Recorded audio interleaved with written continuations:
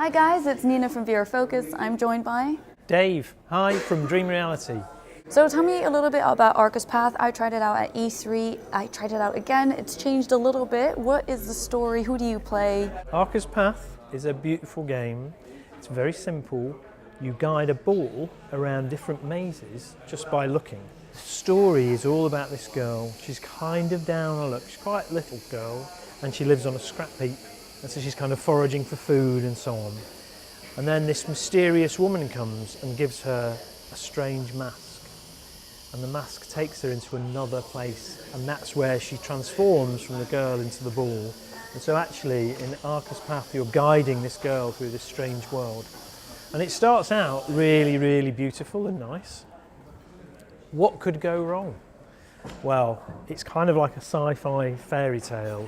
And so things do start to go wrong, and the woman that brought the mask isn't all that she seems, and maybe she's not such a good character after all. First of all, one thing I love is you put it on somebody's head and you don't tell them anything, they just kind of get it. How many hours of gameplay are we looking at? Is this a game that's like you can play continuously over and over again, or is it just one storyline? You are playing for about 2.5 hours in story mode, but as you play, you find different collectibles, and by finding those, you unlock time trials. And so you play it once in story mode, but then you can play it again and again and improve your time and so on by going through the time trials. So we're trying to give some nice narrative for people. It's a great driver to try and find out what's happening, what's gone wrong, can it get better, but also to give some sort of fun replayability through the time trials. Christopher Murray, I'm the sound designer on Arca.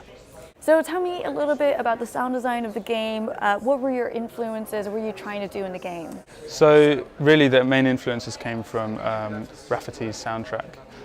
He supplied us a really amazing soundtrack that I took inspiration from straight away, and I really wanted to build that into the kind of things that happen in the game. So, for example, when you roll through the world, you will hear sound effects that are actual chimes from the soundtrack.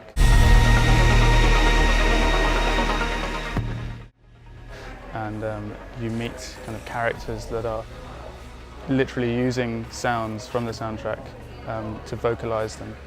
And then also, kind of to juxtapose that, his soundtrack is very much about the emotional content of the story, whereas I wanted to describe the world outside of the kind of Arca's Path environment where the girl originates from. So a lot of the sounds within the world are actually kind of relating back to the scrap heap. I have moments where I will strip away the soundtrack and I will kind of let the ambiences breathe a little bit more, and I bring them in. So a good point in the story is where you're about to go down this kind of large hill, and it's a very fast-paced section, and we really have the soundtrack kicking in there. So to kind of build that moment of space beforehand, to really give the impact to that moment, we'd strip everything away and we kind of have a lot of natural sounds of like wind and really calming, and then we kick it off again when we go in. Delaney Ackerman, a technical artist from Dream Reality Interactive. Just sort of the 3D feeling and atmosphere and design of it, what were the inspirations? What were you trying to do? The inspiration came a lot from fairy tale and sci-fi, just trying to make something very inviting in the first couple levels. Lots of lush plants and backgrounds, something that would be considered an escape from the scrap heap that the girl's environment is in the 2D original cutscene. And I guess I don't know the story. I'm not sure if you want to ruin it for anybody, but does the world slowly transition? Is there an idea of change over the course of the game? The world does evolve over the game as the girl kind of learns the history behind this world, why it was built, and what her place in it is. Are they characters that you see only in a 2D cutscene, or do you end up seeing them in the 3D mask world as well? There are some representations of those characters in the 3D world, trying to link the two of them together, because they exist in both, but in different forms. And when is this game coming out? It is coming out on the 4th of December 2018. I don't know if all of them are announced yet, but yeah, certainly we can say it's on Vive, it's on Oculus Rift, it's on PlayStation VR, it's on Oculus Go, it's on Vive Focus, and it's on Gear VR.